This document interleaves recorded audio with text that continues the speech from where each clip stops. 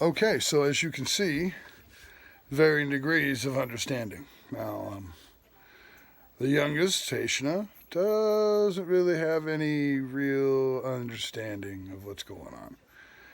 And again, to be fair, my kids are homeschooled, so they really don't notice. It's not a big difference other than now if mommy runs to the store for something, which we just don't do, she picks something up on the way home. But if for some reason she does have to go in an emergency down to the store or something other than work, there's no longer the lucky kid who's been good gets to go for a walk with mommy. It's just no, we don't do it anymore. So we got to walk down, run down to the post office. We're going to go alone. We're not going to take the oldest or let somebody ride their bike alongside. That's the only thing they're missing. That and again, the fact that they can't go out and ride their bikes on the street or run around on the street with the other neighborhood kids. So that's all they're really seeing. That's all. Now Milo, he's just kind of shy. He does understand a little bit about it,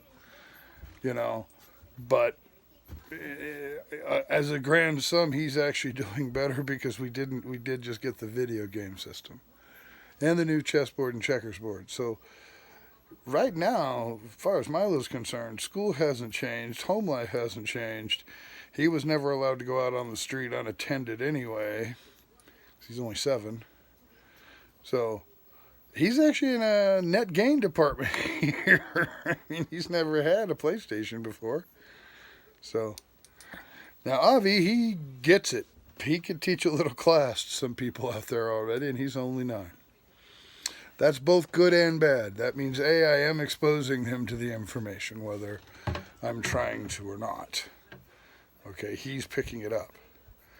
Does that mean that the other kids are getting the same amount of information just subconsciously? No, I have to be honest. I'm more forthcoming with the 9-year-old. He's a 9-year-old going on, at least 14. So he's a pretty bright kid. And he's also the oldest. And as luck would have it, when you have more than one child, eventually the oldest starts to get responsibility for those younger than him at a younger age than most. Certainly at a younger age than a middle child or a youngest child would. So in that respect where he's being made somewhat responsible for both his behavior and that of his siblings, I have to explain why. So he's also the one with more freedom to lose, and so I've had to explain more often which freedoms he doesn't get to have anymore. And so he does know that's because of the coronavirus. And he does know because he's very, very knowledgeable of my dislike of the whole Trumpian oligarch system that we've been fighting here for a couple of years. He doesn't have a good opinion of Donald Trump in the least. So, but anyhow, so yeah, I'm not trying to inundate them. I'm not watching the news. I just try to send them outside when I'm watching it. So, although he does come into the kitchen and ask me who I'm yelling at, and it's like the TV, so never mind. But I hope I'm balancing it. I'm not going to hide what's going on from them. I think that would do them a disservice. Especially given that, hey, you know what? Of the people in my family, I'm the most at risk. So, just for the my self-preservation and my hope for their preservation, I got to make sure I pass on at least as much, pass on information to them just in case this is the last week I get to. You know what I'm saying?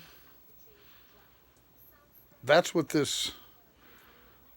That's the underlying scary elephant in the room for me to this virus is that in reality, because of damage I've had done to my lungs, be it silicosis from working in industry or the fact that I've had chronic bronchitis for years due to my allergies and what have you and whatnot, my lungs are compromised.